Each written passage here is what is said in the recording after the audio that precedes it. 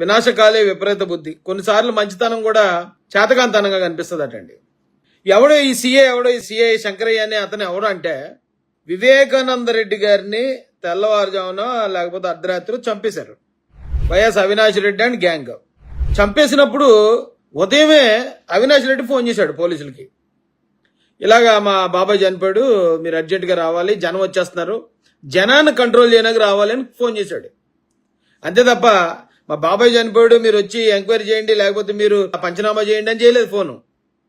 చనిపోయాడు అనే విషయం ప్రజలకు తెలిసిపోయింది కాబట్టి ప్రజలందరూ వచ్చేస్తున్నారు, వాళ్ళని కంట్రోల్ చేయడానికి రండి అని చెప్పి సిఐ శంకరయ్యకి ఫోన్ చేస్తే శంకరయ్య వెళ్ళాడు. అక్కడ సిఐ అప్పుడు వెళ్ళి సీన్ ఆఫ్ ఎఫెన్స్ చూశాడు. అక్కడ రక్తం మడకలో పడున్న వివేకానంద రెడ్డి గారిని చూశాడు. ఈ అవినాష్ రెడ్డి అని గ్యాంగ్ ఏమో గుండుపోటు అంటుంది. గుండుపోటు అన్నప్పుడు ఒక సీనియర్ సిఐ అయినా ఎస్ఐ నుంచి వెళ్ళి ఉంటాడు, ఎన్నో క్రైములు చూసుంటాడు. అలాంటివి అన్ని క్రైములు చూసిన ఒక అనుభవశాలికి అది మడ్రా గుండుపోటో తెలియని దౌర్భాగ్య పరిస్థితి ఉండదు. అయినా సరే అప్పుడు వాళ్ళు అధికారంలో లేరు. ఇంతకే అసలైన జోక్, అవినాష్ రెడ్డి కానీ భాస్కర్ రెడ్డి కానీ జగన్మోహన్ రెడ్డి గారు కానీ వాళ్ళు ఎవరు అధికారంలో లేరు. అప్పుడు అధికారంలో లేకపోయినా సరే ఈ సిఐని మూసుకుని మూలను కూర్చొని నా గట్టిగా కానీ మాట్లాడామంటే నిన్ను కూడా ఇదే పరిస్థితి వస్తుందని బెదిరించుంటారు. బెదిరిస్తే ఒక పోలీస్ అధికారి అయ్యుండి ఏం చేయాలండి? వాళ్ళు రక్తం కడిగేస్తున్నారు, రక్తం తుడిచేస్తున్నారు. ఆ ఆర్సీ గంగిరెడ్డి హాస్పిటల్ నుంచి ఎవరో కాంపౌండర్ వాళ్ళు వచ్చి కుట్లేసేస్తున్నారు. ఏం చేయాలండి ఒక బాధ్యత గల పోలీస్ అధికారి అక్కడ ఉండి? అసలు ఆ క్రైమ్ సీన్ డిస్టర్బ్ చేయనివ్వకుండా అందరినీ ముందు బయటికి ఎంటేసి దాని చుట్టూరా ఏదైనా ఒక బెల్ట్ లాంటిది కట్టేసి క్లూస్ టీమ్ వాళ్ళకి లేకపోతే పైన ఉన్న వాళ్ళకి ఇంటిమేట్ చేయాలి. అదేం చేయలేదు సార్. ఏం చేయకుండా ఇదంతా కూడా మూలను కూర్చొని దిష్టి బొమ్మలో చూస్తున్నాడు.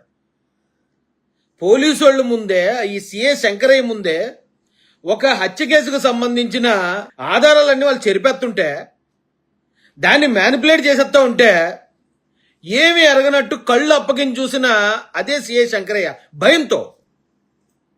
ఎందుకంటే అవినాష్ రెడ్డి అంటే భయం, జగన్ రెడ్డి గారు అంటే భయం, లేకపోతే మరో భాస్కర్ రెడ్డి అంటే భయం, ఇంకొక గంగిరెడ్డి అంటే భయం. సామాన్యులు వాళ్ళు ఏమో అధికారంలో ఉన్నవాళ్ళు కాదు. అలాంటి వాళ్ళకి భయపడి గజగజ వణుకుపోతూ ఒక పక్కన నిలబడిన ఇదే సిఐ శంకరయ్య ఇవాళ సీఎం గారికి వార్నింగ్ ఇస్తున్నాడు. ఏంటంటే కారణం ఏంటంట, సీఎం గారు మొన్న అసెంబ్లీలో అన్నారట, ఆ సిఐ శంకరయ్య ఆయన ఉండగానే ఇదంతా జరిగింది, ఆయన ఉండగానే వాళ్ళు కట్లు కట్టారని ఏదో అన్నాడట. మరి ఆయన ఏమన్నారు నాకు తెలియదు, కానీ అది తప్పటి సార్కి. దానికి కారణంగానే సిఐ శంకరయ్యకి అప్పుడు సస్పెండ్ చేశారు. నువ్వు ఒక సిఐ కదా, నీకు అసలు బుద్ధి ఉందా లేదా? అక్కడ వాళ్ళందరూ అలాగా ఆ ఆధారాలను చెరిపేస్తుంటే ఏం పెట్టుకున్నావా నోట్లో? కనీసం ఫోన్ అన్నా చేయలేదు. ఎంత భయస్తుడు, ఎంత పిరికోడివి, నువ్వెలా పోలీసులకు పనిచేస్తావా అని చెప్పి సస్పెండ్ చేసి పడదబ్బారు. వైఎస్ వివేకానందరెడ్డి హత్య కేసుల్లో నిర్లక్ష్యంగా వ్యవహరించారనే కారణంతో పులివెందుల సిఐ శంకరయ్యపై సస్పెన్షన్ వేటు పడింది. ఈ నెల 15న వివేకానంద ఇంట్లోనే హత్య జరగ్గా మృతదేహాన్ని కుటుంబ సభ్యులు ఆసుపత్రికి తరలిస్తున్నా సిఐ అడ్డుకోలేకపోయారని ఎస్పీ పేర్కొన్నారు. సస్పెండ్ చేసి పడదొప్పితే జగన్మోహన్ రెడ్డి గారు అధికారంలోకి వచ్చిన వెంటనే అదే సిఐ శంకరయ్యకి పోస్టింగ్ ఇవ్వడమే కాదు, డిఎస్పీని కూడా చేశాడట. ఎందుకు చేస్తారు ఊరికే సస్పెండ్ అయి ఉన్నవాడిని? అంటే శభాష్ శంకరయ్య, ఆ రోజు నువ్వు మాకు బాగా సహకరించావు, నువ్వు సహకరించబట్టే మేము చక్కగా బాడీని ఫుల్గా మేకప్ చేయగలిగాం, నువ్వు సహకరించావు కాబట్టి మొత్తం ఆ మర్డర్ కేసుని చంద్రబాబు నాయుడు గారు మేము నెట్టేపోయాం, భలే డోడు శంకరయ్య నువ్వు అని చెప్పి మెచ్చుకున్నాడు. అంతే కదా. ఎంత దారుణం అంటే ఏంటి, అప్పుడు ఈ శంకరయ్య అలా ఆ నిశ్చేటుడే చూసినప్పుడు, అలా భయభ్రాంతులకు గురైనప్పుడు అప్పుడు సీఎం చంద్రబాబు నాయుడు గారు, ఆ సీఎం చంద్రబాబు నాయుడు గారు అయినా కూడా చంద్రబాబు నాయుడు గారి మీద ఆ నేరాన్ని మోపడానికి అక్కడున్న మెయిన్ బాధ్యుడు ఈ సిఐ శంకరయ్య. ఎందుకంటే ప్రభుత్వం తరపున ఉన్నది పోలీసే కదా, అక్కడ అన్ని చూసుకోవాలి, పోలీసే కదా అన్ని బయటికి వెలికి తీయాలి. అలాంటి పోలీసే నేరస్తులతో కలిసిపోయాడు. అలాంటి పత్తిత్తునట ఇప్పుడు చంద్రబాబు నాయుడు గారు అతను చేసిన తప్పు అని చెప్పారటండి. అది నేరమటండి. ₹2 కాదండి, 1,45,00,000 సార్కి ఇప్పుడు మనం పరువు నష్టం చెల్లించాలట, లేకపోతే సారీ అన్న చెప్పాలట.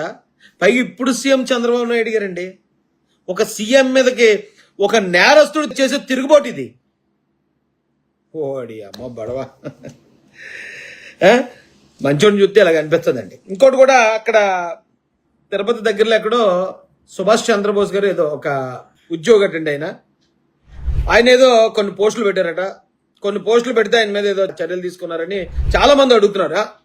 ప్రశ్నించే హక్కు లేదా, ప్రశ్నించే హక్కు ఒక సామాన్యుడికి లేదా అని చెప్పి చాలా మంది అడుగుతున్నారు. ఉందండి, ఖచ్చితంగా ఉంది. ప్రశ్నించే హక్కు ప్రతి ఒక్కడికి ఉంది. ప్రశ్నించే హక్కు నీకుంది, నాకుంది, అందరికీ ఉంది. అయితే ప్రభుత్వ ఉద్యోగి ప్రశ్నించేటప్పుడు కొన్ని లిమిటేషన్స్ ఉంటాయి. ప్రభుత్వ ఉద్యోగి అతను బాధ్యతలు తీసుకునేటప్పుడే అతను కొన్ని ప్రామిసులు చేయించారు. అంటే రాజ్యాంగబద్ధంగా ఏర్పడిన ప్రభుత్వం, ఆ ప్రభుత్వం మీద ఒక ప్రభుత్వ ఉద్యోగి తిరగబడడం అనేది కొంచెం అసాధారణం. ఇప్పుడు ఎగ్జాంపుల్కి ఈయన జస్ట్ పోస్టులు పెట్టాడండి. గవర్నమెంట్ ని, సీఎం గారినో లేకపోతే మరో మోడీ గారిని ఎవరినెవరినో ఆయన విమర్శిస్తూ పోస్టులు పెట్టాడట. ఆయన జోలు నేను ఎవరు రావట్లేదు. ఎందుకంటే అంతకుముందు సీఎంని నేను విమర్శించాను, అంతకుముందు మోడీ గారిని విమర్శించాను, నేను విమర్శించనుండే. కాబట్టి నేను ఆయన్ని ఇప్పుడు తప్పు పట్టట్లే. కానీ గతంలో జగన్ గారి హయాంలో ఒక కానిస్టేబుల్ జగనన్న మాకు ఈ సమస్యలు ఉన్నాయి, మా సమస్యలు తీర్చని ప్లకార్డు ప్రదర్శించాడు. అతన్ని సస్పెండ్ చేయడం కాదండి, ఉద్యోగం నుంచి ఊస్టింగ్ చేశాడు.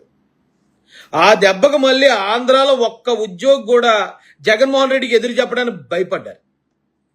భయం అంటే చూపించాడు ఆ రోజున. ఇప్పుడు చంద్రబాబు నాయుడు గారు పూర్తి స్వేచ్ఛనిచ్చారు అందరికీ. స్వేచ్ఛ ఎక్కువైపోయింది. స్వేచ్ఛ ఎక్కువైపోయి ఏం చేయాలో తెలియక భస్మాసురుల్లాగా తెచ్చుకుని మళ్ళీ మన్నెత్తి మీద పెట్టుకునే పరిస్థితికి సిఐ శంకరయ్య లాంటి వాళ్ళు వచ్చారు. అయితే ఇప్పుడు ఆ సుభాష్ చంద్రబోస్ గారి విషయం కూడా చెప్తున్నాను నేను. ప్రశ్నించవచ్చు, తప్పలేదు.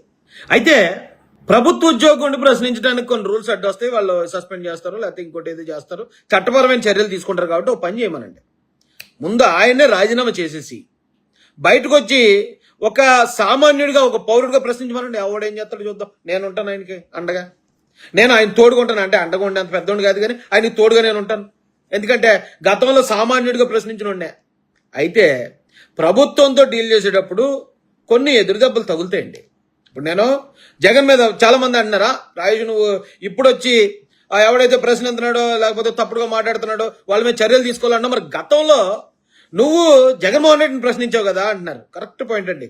సూపర్ ప్రశ్న వేశారు. నాకు అసలు సమాధానం చెప్పలేని ప్రశ్న వేశారు.